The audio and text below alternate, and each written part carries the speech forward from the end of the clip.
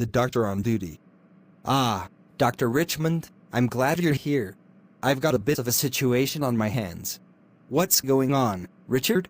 Well, I've got a patient who's come in with symptoms of severe abdominal pain. And what's your diagnosis? I'm not entirely sure. I was thinking maybe it's appendicitis, but I'm not really sure. Richard, you need to be more confident in your diagnosis. What makes you think it's appendicitis? Well, the patient's symptoms seem to match, and what? You can't just make a diagnosis based on guesswork, Richard. You need to consider all the possibilities and rule out other potential causes. I am considering all the possibilities, okay? I just need some help here. Fine. Let's take a look at the patient together. As they examine the patient, Richard starts to get more and more flustered, asking for opinions from the nurses and other doctors in the room. What do you think it could be? Do you think it's appendicitis?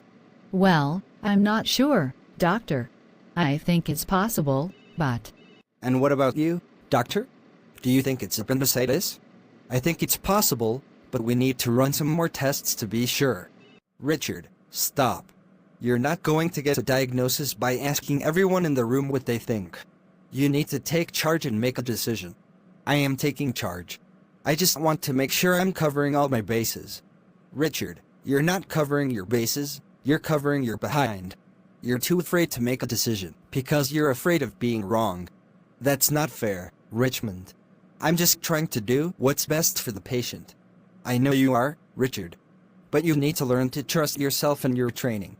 You can't keep relying on others to make decisions for you. Richard looks taken aback, but then seems to consider Richmond's words. He takes a deep breath and starts to examine the patient again, this time with more confidence. You know what? I think I've got it.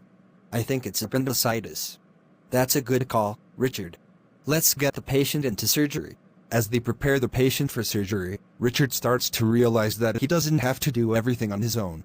He starts to ask for help and advice from the other doctors and nurses, and they work together as a team to save the patient's life.